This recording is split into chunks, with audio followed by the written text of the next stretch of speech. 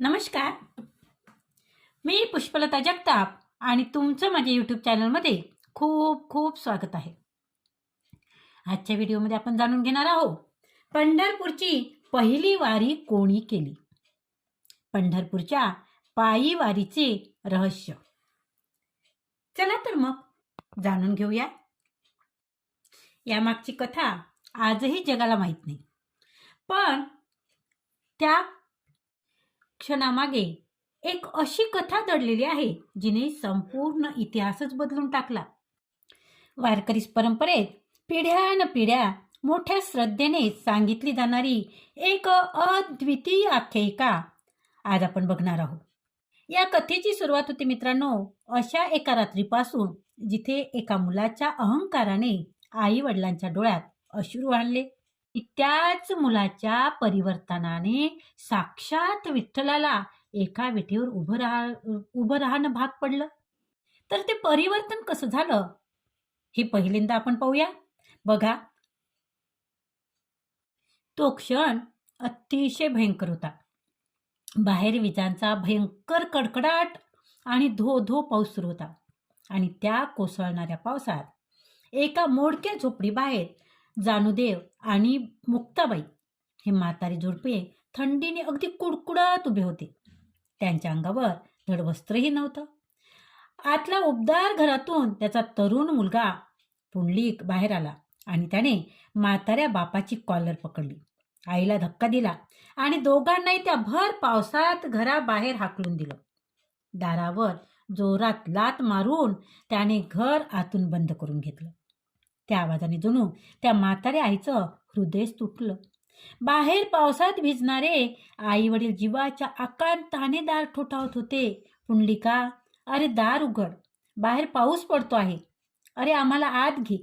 परंतु पुंडलिकाला यातलं काहीही ऐकू येत नव्हतं. पुंडलिक शांत झोपी गेला होता. खरंच एवढं कठोर मन असू शकतं का? जणू काही घडलंच नव्हतं. काही काळ लोटला. पुंडलिक आपल्या पत्नीसोबत काशी यात्रेला निघाला. त्याने स्वतःसाठी आणि पत्नीसाठी घोडे आणले, पण म्हाताऱ्या आईवडिलांच्या पाठीवर सामानाचं जड गाठोडी लादलं. रखरखत्या उन्हात अनवाणी पायाने ते म्हातारे चालत होते. त्यांच्या पायातून रक्त वाहत होतं आणि चालता चालता म्हातारा बाप जेव्हा ठेच लागून खाली कोसळला तेव्हा पुंडलिकाने त्याला आधार देण्याऐवजी त्याच्या पाठीवर सणसणीत चाबूक ओढला.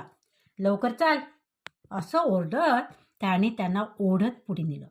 खरंच सांगा, हे दृश्य पाहून कोणाचंही काळीज पिळवटून निघेल, हो ना? असाच प्रवास करत एके दिवशी संध्याकाळी ते कुक्कुट स्वामीच्या आश्रमात पोहोचले. मध्यरात्रीची वेळ होती. अगदी सगळीकडे शांतता पसरली होती आणि अचानक एका विलक्षण प्रकाशाने पुंडलिकाला जाग आली. तो दचकून जागा झाला. तो उठला. त्यानं पाहिलं 3 अत्यंत सुंदर स्त्रिया आश्रमात प्रवेश करत होत्या, पण त्यांचे कपडे मात्र मळके आणि फाटके होते. त्या 3ही स्त्रियांनी काहीही न बोलता त्या तिघींनी अंगण झाडलं, पाण्याचे घडे भरले आणि स्वामीच्या आईवडिलांची सर्व कामे निपटली आणि काम संपताच त्यांच्या अंगावरील जे मळके कपडे आपोआप शुभ्र पांढरे झाले. आश्रमात जणू सुगंध दरवळू लागला आणि त्यांच्या चेहऱ्यावर एक दिव्य तेज आलं. हे पाहून पुंडलिक धावतच पुढे गेला आणि त्यांच्या वाटेत उभा राहिला. कोण आहात तुम्ही? आणि मळके कपडे घालून काय आला होतात? आता हे शुभ्र कसे झाले? त्या तिघींनी पुंडलिकाकडे अत्यंत तिरस्काराने पाहिले आणि त्यातली एक स्त्री पुढे आली. आम्ही गंगा, यमुना आणि सरस्वती आहोत. लोक आमच्या प्रवाहात स्नान करून आपली पापे धुतात. त्या लाखो लोकांच्या पापामुळे आमची वस्त्रे मळकी होतात, पण कुकुटस्वामी सारख्या पितृभक्तांची सेवा केल्यावर त्यांच्या पुण्याने आम्ही पुन्हा पवित्र होतो. मित्रांनो, ती स्त्री तिथेच थांबली नाही. तिने पुंडलिकाच्या डोळ्यात डोळे घालून थेट वार केला. पण पुंडलिका, तुझ्या नुसत्या सावलीनेही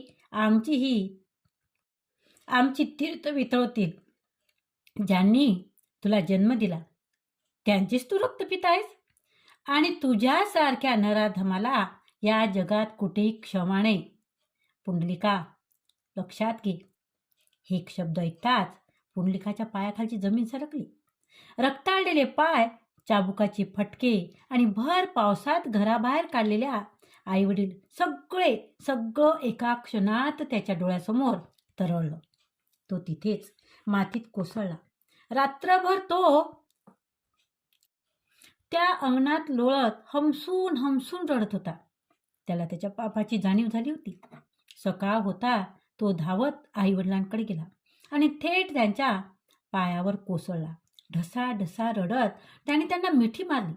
त्या क्षणापासून काशी यात्रा सुटली आणि पुंडलिकाने स्वतःला आई वडिलाच्या चरणी समर्पित केले. पण पुंडलिकाला कल्पनाही नव्हती की त्याच्या या प्रायचित्ताची परीक्षा घेण्यासाठी साक्षात ब्रह्मांड नायक स्वतः त्याच्या दारी येणार होते. आणि अगदी त्याच वेळी द्वारकेत एक वेगळंच नाट्य घडत होतं. रुक्मिणी देवी श्रीकृष्णावर रुसून द्वारका सोडून निघून गेली. ती थेट दिंडीरवनात म्हणजेच आजच्या पंढरपुरात त्या येऊन बसल्या. आपल्या लाडक्या पत्नीची समजूत काढण्यासाठी साक्षात भगवान श्रीकृष्ण त्यांच्या मागोमाग त्या पवित्र भूमीत आले.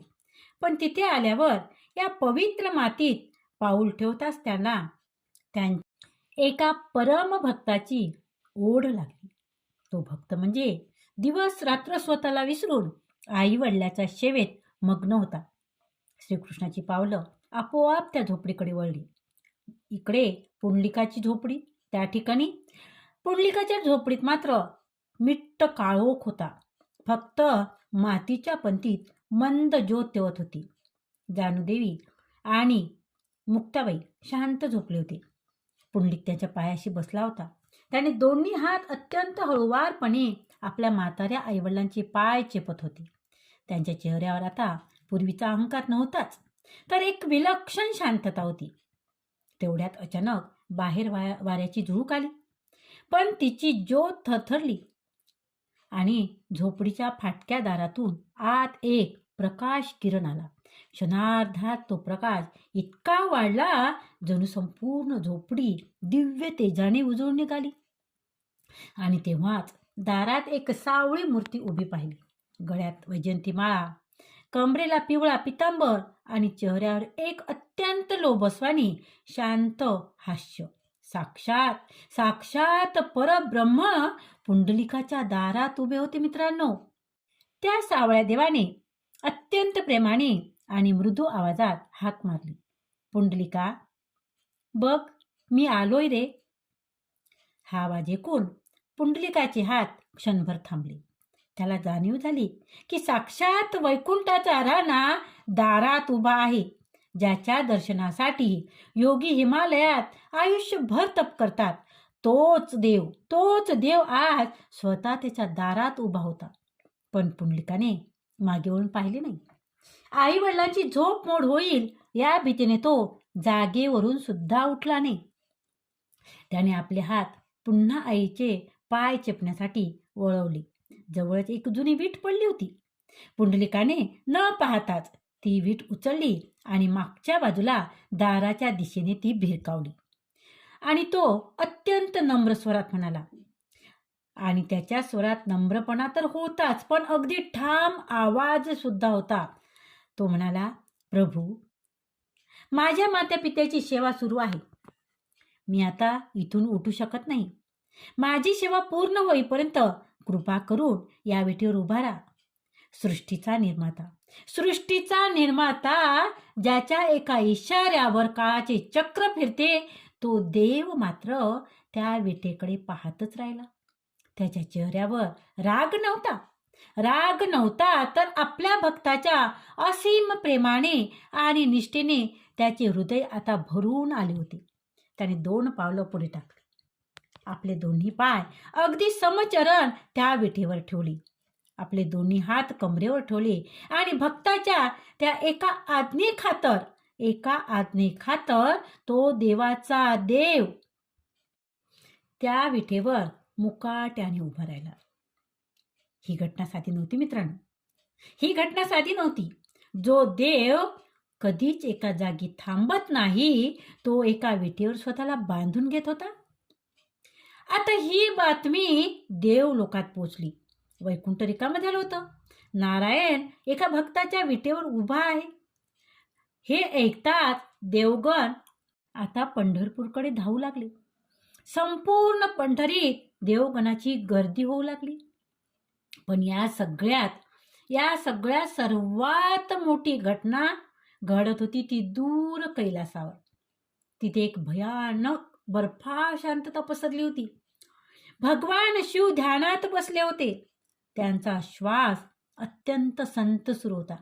पण अचानक त्यांची समाधी भंग झाली. महादेवांनी डोळे उघडले. त्यांच्या डोळ्यात एक वेगळी चमक होती. त्यांच्या चेहऱ्यावर एक अनामिक ओढ होती. शेजारीच उभ्या असलेल्या पार्वती देवीने आश्चर्याने विचारले, स्वामी, काय झालं? शिवजीच्या डोळ्यातून एक अश्रू उघळला. ते अत्यंत भावुक होऊन म्हणाले, ज्याच्या नामाचा जप मी युगानुयुगो करतो तो माझा आराध्य आज एका भक्ताच्या विठेवर उभा आहे. मला जावंच लागेल. महादेव निघाले आणि त्याच दिवसापासून पंढरीच्या मातीत एक आख्यायिका मोठ्या श्रद्धेने सांगितली जाते. ती म्हणजे साक्षात महादेवाने केलेल्या पहिल्या वारीची आख्यायिका. कैलासावरील त्या बर्फाळ शांततेत महादेवाने आपल्या हातातील त्रिशूळ हळुवारपणे खाली ठेवला. डमरू बाजूला ठेवले. गळ्यातील वासुकी नागाला आणि मस्तकावरील चंद्राला तिथेच विश्राम करण्याची त्याने खूण केली. विचार करा जरा, ज्याच्या जवळ केवळ एका हुंकाराने ब्रह्मांड थरथरतो तो देवाचा देव आता एका साध्या अंगाला भस्म फासलेल्या साधूच्या रूपात उभा होता. कोणतेही वाहन नाही, कोणताही थाटमाट नाही आणि अनवाणी म्हणजेच पायातही काहीच नाही. महादेवानी कैलासावरून पंढरपूरच्या दिशेने पहिलं पाऊल टाकलं. त्या एका पावलाने वारकरी परंपरेचा इतिहास सुरू झाला. मित्रांनो, त्यांच्यासोबत माता पार्वती, गणपती बाप्पा आणि त्यांचा लाडका नंदी कैलास सोडून आपल्या आराध्याच्या भेटीसाठी महादेवासोबत वारकरी बनून चालू लागले. ना टाळ, ना मृदुंग, ना दिंडी, फक्त आपल्या आराध्याच्या भेटीची असीम ओढ, फक्त ओढ होती. जगातील पहिली वारी, सर्वात पहिली वारी. डोंगर, नद्या, जंगले ओलांडत ही देवाची दिंडी पंढरीच्या दिशेने चालत होती. चालता चालता तो प्रवास करमाळा क्षेत्रात पोचला. पण तिथे पोचताच त्यांच्या पावलांना खीळ बसली. पुढे जाण्यासाठी मार्गच नव्हता. पंढरपुरात 33 कोटी देवांचे आणि भक्तांची इतकी प्रचंड गर्दी झाली होती की तिथे मुंगीलाही शिरायला जागा आता नव्हती.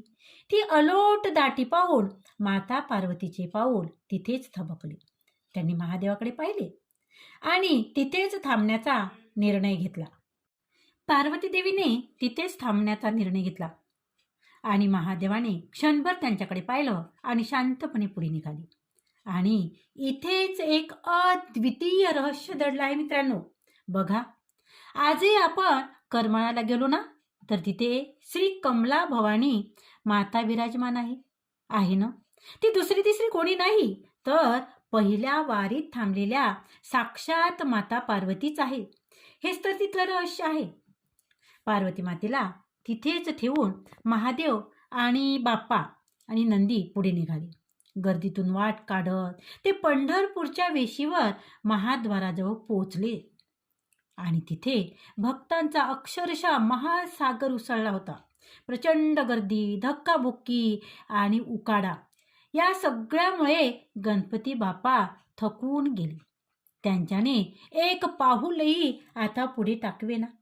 महादेवानी बाप्पाच्या डोक्यावर प्रेमाने हात फिरवला आणि त्यांना महाद्वारावरच थांबायला सांगितलं. क्षणभर गणपती बाप्पानी आपल्या पिताकडे पाहिलं. जणू त्यांनाही आपल्या लाडक्या विठुरायांच्या दर्शनाची ओढ लागली होती. महादेवानी प्रेमाने मान हलवली आणि एक क्षण बाप्पाकडे पाहिलं आणि पुढे निघाले. आणि म्हणूनच आजही पंढरपूरला विठ्ठल दर्शनापूर्वी महाद्वारावरच गणपती बाप्पाचे पुरातन विग्रह पाहायला मिळतात, हो ना? बाप्पा आजही तिथेच आपल्या लाडक्या विठुरायाच्या भक्तांचे स्वागत करत उभे आहेत. आता फक्त महादेव आणि नंदी पुढे निघाले. गाभाऱ्याच्या अगदी अलीकडे ते पोहोचले सुद्धा. पण आता आत जाणे शक्य नव्हतं. कारण म्हणजे वारकऱ्याचा अथांग सागर. विठ्ठलाच्या एका दर्शनासाठी आतुर झालेला होता. महादेवाने पाहिले की आपल्या लाडक्या नंदीला या गर्दीत आत नेणं शक्य नाही. त्यांनी आजूबाजूला नजर फिरवली आणि तिथेच शेजारी एका कोपऱ्यात मारुतीराय हात जोडून उभे होते. महादेवांनी आपल्या नंदीच्या पाठीवर हात ठेवला आणि अत्यंत आर्जवी आवाजात ते म्हणाले, मारुतीराय, आता भक्ताची प्रचंड दाटी आहे. माझ्या नंदीला तिथे आत नेणं आता शक्य नाही. मी माझ्या विठ्ठलाला भेटून येईपर्यंत कृपा करून माझ्या या नंदीला तुमच्या चरणाशी आसरा द्या. मारुतीरायाने अत्यंत नम्रपणे होकार दिला. महादेवांनी प्रेमाने नंदीच्या कपाळावर हात ठेवला आणि एक क्षण त्यांच्याकडे पाहत राहिले आणि मग त्यांनी आपला लाडका नंदी हनुमानाच्या स्वाधीन केला. मित्रांनो, म्हणूनच जगाच्या पाठीवर पंढरपूर हे एकमेव ठिकाण असे आहे जिथे हनुमानासमोर नंदीचे मंदिर तुम्हाला पाहायला मिळतं. आता महादेवाच्या या पहिल्या वारीची ही जिवंत साक्ष आजही पंढरीत दिमाखात उभी आहे. आपले सर्वस्वी पत्नी, पुत्र आणि लाडके वाहन सगळे काही मागे सोडून आता तो भस्म फासलेला साधू एकटाच त्या अंधाऱ्या गाभाऱ्याच्या दिशेने पुढे निघाला होता. प्रत्येक पाऊल आपल्या विठ्ठलाच्या भेटीच्या ओढीने भरलेलं होतं. गर्दीतून खांदे घासत, अंगावर लोकांचे धक्के खात, खऱ्या वारकऱ्यासारखा विठ्ठलाच्या दिशेने तो चालत होता. आणि मग क्षणभर जणू संपूर्ण विश्वानेच आपला श्वास रोखून धरला. गाभाऱ्याच्या उंबरवट्यावर महादेवाने पहिलं पाऊल ठेवलं. समोर तो सावळा परब्रह्म विठेवर उभा होता आणि त्या अंधाऱ्या गाभाऱ्यात दोन ईश्वरांची नजर एकमेकांना भिडल्या होत्या. अंधारा गाभारा फक्त एका दिव्याने मंद ज्योत तेवत होती. गर्दीतून रेटारेटीतून वाट काढत आलेला तो भस्म फासलेला साधू थेट त्या सावळ्या परब्रह्मासमोर येऊन उभा राहिला. सगळीकडे निरीव शांतता पसरली होती. जणू काळही त्या क्षणी थांबला होता. दोघांच्या नजरा एकमेकांना भिडल्या. एका बाजूला वैकुंठाचा नाथ तर एक सामान्य भक्ताच्या आज्ञेने विठेवर उभा होता आणि दुसऱ्या बाजूला कैलासाचा तो राणा जो सर्वस्व सोडून अनवाणी पायाने पंढरीत आला होता. आज त्या गाभाऱ्यात दोन देव उभे नव्हते. तिथे उभे होते दोन सर्वोच्च भक्त. त्या भेटीत श्रेष्ठ कोण हा प्रश्नच उरला नव्हता. कारण दोघेही एकमेकाच्या भक्तीत पूर्णपणे विलीन झाले होते. महादेवाच्या डोळ्यातून प्रेमाचा एक अश्रू ओघळला. त्यांचा कंठ दाटून आला आणि अत्यंत जड आणि भावूक आवाजात त्याने विचारले, प्रभू, एका सामान्य भक्तासाठी तुम्ही स्वतःला या विटेवर बांधून घेतलात? विटेवर उभा असलेला तो सावळा परब्रह्म अत्यंत लोभसवानी हसला. त्यांच्या डोळ्यात महादेवाबद्दल अथांग आदर आणि अतूट प्रेम दिसत होतं. तो म्हणाला, मला पाहण्यासाठी तुम्ही कैलास सोडून अनवाणी चालत आलात महादेवा. खरा वारकरी कसा असावा हे आज तुम्ही या जगाला दाखवून दिलं. क्षणभर दोघी काहीच बोलले नाही आणि त्या गाभाऱ्यात फक्त प्रेम बोलत होतं. या संवादाने गाभाऱ्यातील हवाही जणू पावन झाली होती. महादेवाच्या त्या असीम भक्तीने आणि प्रेमाने विठ्ठल इतका भारावून गेला की त्याने आपले दोन्ही रूप विसरून महादेवाला जवळ घेतलं आणि त्या क्षणी गाभाऱ्यात उभ्या प्रत्येक देवतेला जाणवलं आज भक्तीने स्वतः परमेश्वरालाही जिंकून घेतलं आहे. साक्षात परब्रह्माने भगवान शिवाला त्या पवित्र शिवलिंगाला अत्यंत आदराने उचलले आणि थेट आपल्या मस्तकावर धारण केले. त्या क्षणी जणू भक्तीचाच विजय झाला. आणि म्हणूनच या संपूर्ण जगाच्या पाठीवर पंढरपूर एकुलतं एक असं ठिकाण आहे जिथे विष्णूच्या मस्तकावर शिवलिंग दिमाखात विराजमान आहे. ती केवळ एक मूर्ती नाहीये मित्रांनो, तर ती हरी आणि हर याचा अभेद प्रेमाची आणि एकतेची ती सर्वस्व खूण आहे. महादेवाची ती पहिली वारी विठ्ठलाने कायमची आपल्या मस्तकावर कोरून ठेवली. आणि त्या दिवसापासून वारी ही केवळ परंपरा नाही राहिली, तर ती भक्ताचा श्वास बनली. आज शेकडो वर्ष उलटून गेली आहेत, पण ती वाट, ती चंद्रभागा, ती परंपरा आजही तशीच जिवंत आहे. आज तुम्ही जेव्हा एखाद्या खांद्यावर पताका घेऊन टाळ मृदुंगाच्या गजरात वारीत चालता ना, तेव्हा तुम्हाला वाटत असेल की तुम्ही एकटे चालत आहात किंवा केवळ तुमच्या सोबतीच्या वारकऱ्यासोबत तुम्ही चालत आहात. पण लक्षात ठेवा, जेव्हा तुम्ही पंढरीच्या दिशेने एक पाऊल टाकताना, तेव्हा तुम्ही त्याच वाटेवर पाऊल ठेवत असता जिथून हजारो वर्षापूर्वी साक्षात महादेव अनवाणी चालत गेले होते. आणि म्हणूनच प्रत्येक वारकरी हा महादेवाच्या त्या पहिल्या वारीचा वारसदार आहे. मित्रांनो, तुमच्या प्रत्येक पावलात त्या पहिल्या वारकऱ्याचा आशीर्वाद दडलेला आहे. या आषाढीला तुम्ही प्रत्यक्ष वारीला जा किंवा नक्की जाऊ, पण एक निश्चितपणे सांगते, जर तुम्ही जिथे कुठे असाल तिथून एकदा शांतपणे डोळे मिटा तुम्ही शांतपणे, आणि हातातलं काम तुम्ही बाजूला ठेवा आणि त्या सावळ्या परब्रह्माला साथ घाला. साथ द्या त्याला. तुम्ही फक्त एक हाक द्या. बाकीची वाट तो स्वतः चालत तुमच्यापर्यंत येईल. नक्की बघा, कारण तो साक्षात परब्रह्म आजही त्याच विटेवर तुमची वाट पाहत उभा आहे. ही कथा तुमच्या मनाला निश्चितच स्पर्श करून गेली असेल, हो ना? धन्यवाद मित्रांनो, खूप खूप धन्यवाद. तुम्हाला आजचा हा व्हिडिओ कसा वाटला तो तुम्ही कमेंटद्वारे नक्की कळवा. भेटूया अशाच व्हिडिओसोबत पुन्हा. तोपर्यंत जय हरी विठ्ठल माऊली.